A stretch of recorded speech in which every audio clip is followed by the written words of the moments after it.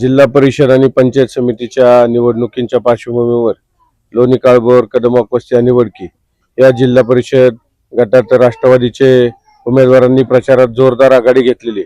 आम्ही या ठिकाणी वाड्या वस्त्यांवर फिरत असताना आपण पाहतो की आज जिल्हा परिषदेची निवडणूक हे फक्त जे शोभेचं भावलं नसून त्या माध्यमातून लोकांचा विकास होणं गरजेचं आहे.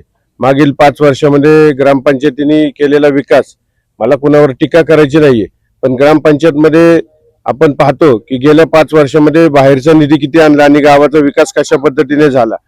आज या ठिकाणी राष्ट्रवादी काँग्रेस पक्षानं जिल्हा परिषदेसाठी सौ शीतलताई सुजित कांबळे या सुशिक्षित महिला उमेदवारांना जिल्हा परिषद काम करण्याची संधी दिली. त्या स्वतः या ठिकाणी शिक्षिका आहेत. त्यांचे पती सुजित कांबळे हे आदर्श वकील म्हणून या ठिकाणी चांगल्या पद्धतीचं काम करतात.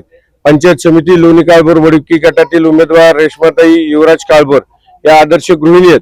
त्यांचे पती युवराज काळभोर चांगल्या पद्धतीचे उद्योजक या ठिकाणी म्हणून काम करतात. समाजात काम करत असताना ग्रामपंचायतच्या माध्यमातून असेल, त्यांच्या चुलते अण्णासाहेब गणपत काळभोर यांच्या माध्यमातून असेल, चांगल्या पद्धतीचं काम या ठिकाणी करतात.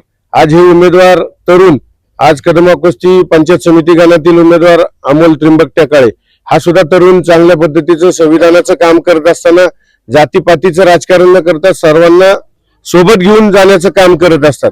आज जिल्हा परिषदेच्या माध्यमातून हे सुशिक्षित उमेदवार ज्या दिवशी निवडून समाज त्यांना देईल त्यावेळेस जिल्हा परिषदेमध्ये जाऊन आपल्या गावाचे प्रश्न मांडता आले पाहिजेत आणि गावाचे जे प्रश्न आहेत ते सोडवून त्या ठिकाणी निधी कसा खेचून आणता येईल या पद्धतीचं काम करणारे हे उमेदवार आहेत, सुशिक्षित उमेदवार आहेत आणि सर्वात महत्वाचं म्हणजे चारित्र्य संपन्न हे उमेदवार आहेत.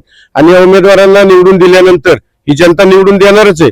निवडून दिल्यानंतर आपल्या कामाचं माध्यमातून, आपल्या निधीच्या माध्यमातून आपल्या गावाचा सर्वांगीण विकास कसा होईल, वाड्या वस्त्यांवर तो निधी कशा पद्धतीने पोहोचवता येईल या पद्धतीचं काम करण्यासाठी हे उमेदवार सक्षम आहेत.